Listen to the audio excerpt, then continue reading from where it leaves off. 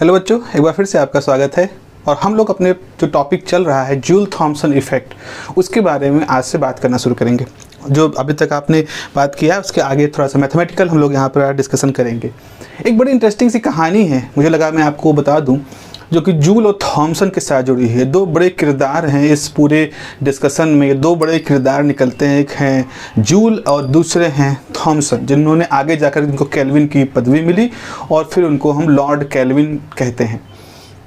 तो कहानी कुछ ऐसे है कि अगर हम एक तरफ देखें जूल को, तो जूल जो थे वो एक बहुत बड़े बियर के व्यापारी के ख़ानदान में पैदा हुए थे। मतलब उनके पिताजी जो बियर बनाने वाली जो एक बड़ी कंपनी थी उसके मालिक थे और उनका अच्छा खासा बिजनेस था, अच्छा खासा व्यवसाय था, बड़े ही समृद्ध घराने के थे।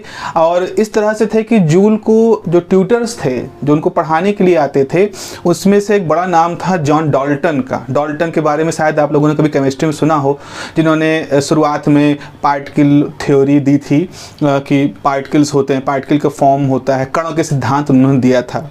तो डाल्टन उनको पढ़ाते हैं।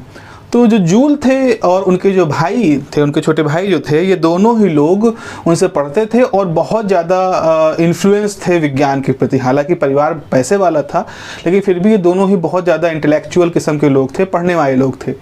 तो जूल का अपने व्यवसाय में भी था योगदान था, वो बिजनेस में भी पार्ट लेते थे और साथ ही साथ वो अपना हॉबी, एक बड़ी सीरियस हॉबी थी, साइंस उनकी हॉबी थी। तो उन्होंने अपनी एक छोटी सी लैब बना रखी थी, उस लैब में वो तमाम तरह के प्रयोग करते थे। उस ज़माने में जब बैटरी आई, कंडक्टर्स आए, तो जूल ने कंडक्टर्स के साथ में इफेक्ट को डेवलप किया। इसको आप इलेक्ट्रिसिटी मैग्नेटिज्म, इलेक्ट्रिसिटी में पढ़ते हो, जूल इफेक्ट पढ़ते हो। तो उसके बाद चूँकि डाल्टन के साथ थे तो वो इस बात को मानते थे कि पार्टिकल्स होते हैं, पार्टिकल काइनेटिक थ्योरी की तरफ उनका रुझान ज़्यादा था। तो जब वो गैस के लिए बात करना शुरू करते हैं, वो गैस पर के बारे में बात करते हैं, तो उस ज़माने का एक बहुत बड़ा सवाल था कि ये जो हीट है ये क्या है। तो उस समय लोग मानते थे कि जो हीट है वो किसी पदार्थ से मिलकर बना है, किसी कैलोरिक नाम का मटेरियल है, जिसकी वजह से वो हीट की प्रॉपर्टी रखता है। और मैकेनिकल वर्क जो होता है वो एक दूसरी तरह के एनर्जी के साथ जुड़ा हुआ है। तो जूल ऐसे व्यक्ति थे जो हीट को मैकेनिकल वर्क से जोड़ते थे। आज की डेट में ये सब वेल प्रूव्ड है, लेकिन उस ज़माने में ऐसा था कि ये बड़ी बात थी। क्यों बड़ी बात थी? क्योंकि उस समय एक वैज्ञानिक हुए थे लेवोशियर। तो जो लेवोशियर थे उन्होंने क्या किया था, उन्होंने कैलोरिक थ्योरी को दिया था और बहुत इन्फ्लुएंशियल आदमी थे। और लेवोशियर ने क्या किया था, सादी कार्नो और उसके बाद में जो क्लैपरन थे उनकी थ्योरी को सपोर्ट भी कर रहा था। वो कैलोरिक थ्योरी जो इंजन का पूरा डिस्कशन किया था कार्नो ने, उसको भी वो कैलोरिक थ्योरी से सपोर्ट कर रहे थे। तो लेवोशियर के सामने ये था कि भाई मेरे पास तो सबूत है कैलोरिक थ्योरी का, चूँकि इंजन के जो कार्नो की थ्योरी और क्लैपरन की थ्योरी भी इस पर काम कर रही है। और दुनिया में काफ़ी लोग इस बात को मानते थे, कैलोरिक थ्योरी के हिसाब से चीज़ें एक्सप्लेन की जा रही थी। लेकिन जूल एक ऐसे आदमी वहाँ से निकल के आते हैं जो कहते हैं कि नहीं, यहाँ कैलोरिक थ्योरी नहीं, यहाँ काइनेटिक थ्योरी पे हमें बात करनी चाहिए। वो कैलोरिक थ्योरी का वो पूरा खंडन कर रहे थे। तो जाहिर सी बात, एक तो तुम बहुत अच्छे साइंटिस्ट, मतलब बहुत वेल डिफाइंड साइंटिस्ट भी नहीं थे, किसी यूनिवर्सिटी के प्रोफेसर भी नहीं थे, लेकिन फिर भी आप अपने प्रयोगों से ऐसे ऐसे बातें कह रहे थे और प्रयोग उनके बड़े दमदार थे। तो ये तो एक किरदार है जूल का। फिर एक दूसरा किरदार यहाँ पे आता है थॉम्सन का। थॉम्सन की एक अच्छी खासी वंश परंपरा थी, बड़े सम्भ्रांत घर से थे, बड़े प्रबुद्ध घर से थे। उनके पिताजी एक बहुत बड़े मैथमेटिशियन थे। तो थॉम्सन क्या था, वो बचपन से ही उनके बारे में ये मान लिया गया था कि ये बहुत ही टैलेंटेड साइंटिस्ट हैं, और वो थे टैलेंटेड साइंटिस्ट। तो ये बात है शायद 1847 की, 1847 की।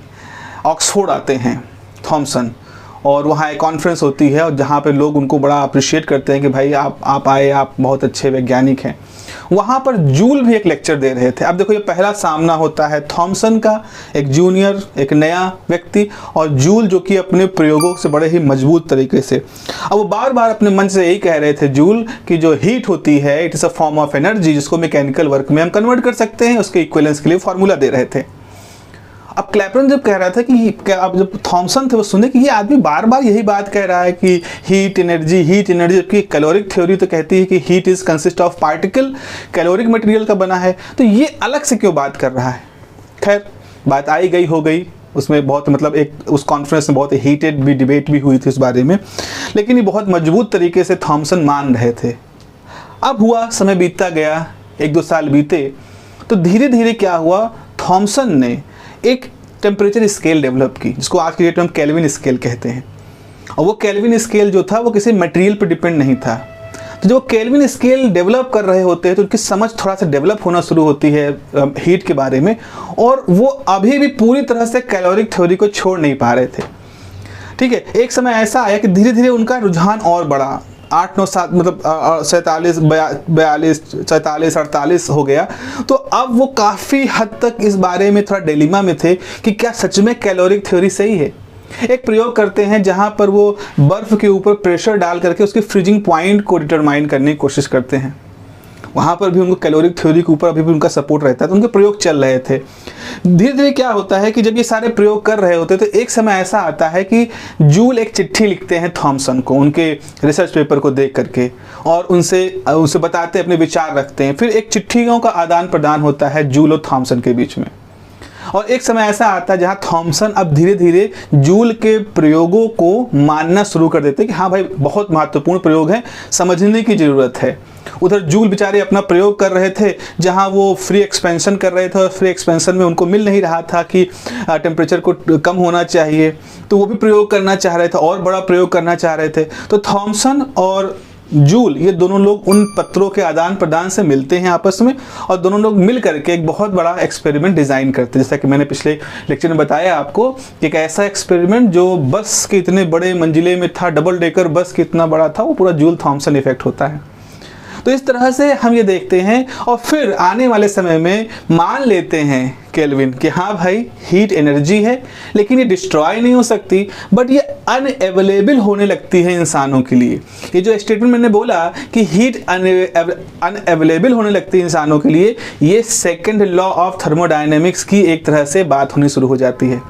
तो इस तरह से हम देखते हैं कि दो किरदार अलग अलग पृष्ठभूमि के उभरते हैं, दोनों की अलग अलग मान्यताएं रहती हैं, फिर दोनों लोग मिलते हैं, और मिलने के बाद दोनों एक दूसरे के समर्थन करते हैं। कोई जिद नहीं है इसमें कि आपस में कि नहीं मैं सही हूँ तुम गलत हो, तुम सही हो मैं गलत हूँ, ऐसा कुछ नहीं है। एक विज्ञान ऐसे ही डेवलप होता है, विज्ञान ऐसे ही बनता है। इसीलिए मैं आप लोगों से भी कहता हूं कि अगर आप लोग पढ़ाई कर रहे हो तो पढ़ने के दौरान भी एक दूसरे को शेयर करो, अपनी बातें, आपने जो सीखा है उसको शेयर करो, ताकि ऐसा नहीं कि मैं अकेले पढ़ लूंगा तो मैं टॉप कर जाऊंगा। नहीं, कई बार क्या होता है जब हम डिस्कस करते हैं ना, तो खुद की ही बनाई हुई चीज़ें जब हम डिस्कस कर रहे होते हैं, खुद से जो समझे होते हैं उसको डिस्कस कर रहे होते हैं, तो हमारे खुद के भ्रम टूटते हैं। हमें लगता है अरे हम तो तब उल्टा सोच रहे थे, ये सही होना चाहिए। तो जब आप डिस्कस करते हो, एक्सप्लेन करने की कोशिश करते हो, एक दूसरे को मनवाने की कोशिश करते हो, जो बहस होती है उस बहस के दौरान हम बहुत कुछ सीख जाते हैं। हो सकता है दूसरे की बात हमको ज़्यादा अच्छी लगे या हमारी बात किसी को और अच्छे समझ में आ जाए। तो इस तरह से इतिहास में भी ऐसा कुछ हुआ था। This is the very small story about the Joule and Thomson, और फिर दोनों लोग मिलकर के जूल थॉमसन इफेक्ट को प्रोड्यूस करते हैं।